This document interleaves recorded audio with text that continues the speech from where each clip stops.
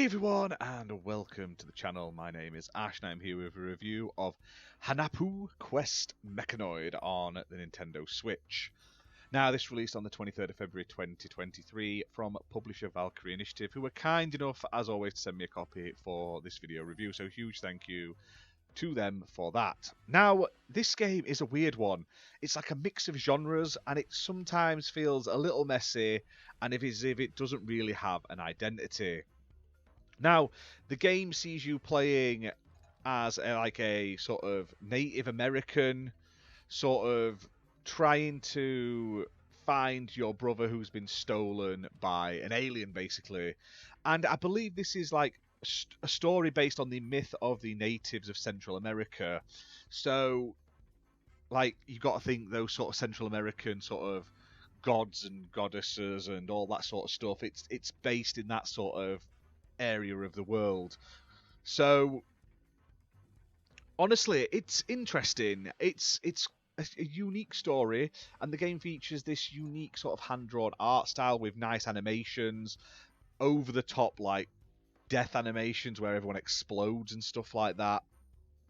But it doesn't seem to know what it wants to be. So at times it's a very challenging 2D platformer, like very old school feeling, retro style platforms, things to avoid, spikes and stuff like that, enemies to defeat, and you have like one hit, one kill, so they can kill you in one hit and you can kill them in one hit. But then on top of that, it's also this weird puzzle game where at points like you'll come to a standstill to do these really complex and confusing puzzles to progress further. And while they're never the most difficult, they do make you scratch your head at times. Like when you first start the game, the tutorial absolutely wrecked me over and over again. I just couldn't figure out. Basically, this giant foot comes and crushes you over and over again. But you have to go like back off where you started, which you would never expect to in like a platform. You normally just go to like the way everything's telling you to find something to push under this foot so it gets to get you past, basically.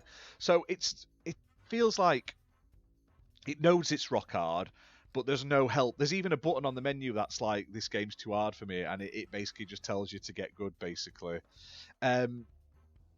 Even in the official description on the eShop, it says the difficulty sometimes makes you want to rage quit, which to me is a bit weird. Like, I like being challenged, but if it gets to the point I want to rage quit, I just don't want to play a game anymore. Now, the game does feature 40 different levels with different ways of completing them. You do, like I say, end up being able to fly around in some levels with this like rocket belt, which is used to avoid like environmental hazards and stuff like that. And there are a whole host of like brain teasers and puzzles, but it's just to the point where it feels quite horrible. It's like Dark Souls of a 2D platform puzzler, and that's not for everyone's cup of tea, unfortunately. I mean, other than that, the music, the art, and everything is unique and interesting, and I like where it's set. But overall, it just feels extremely difficult and frustrating when it didn't have to be. They could have put in like a possible slightly easier option for people who just were looking more for like a platformer or more of a puzzle game. But if you want to be tested, then definitely check this one out. Like I say, it's not expensive at all on Nintendo Switch. You can pick this one up for £2.89 normally. So under £3 for a few hours of content isn't bad. Just be prepared to keep hold of your Joy-Cons so you don't throw them at your TV. But anyway, guys, hit that like button, hit subscribe, and we'll see you soon for more gaming content. Bye for now.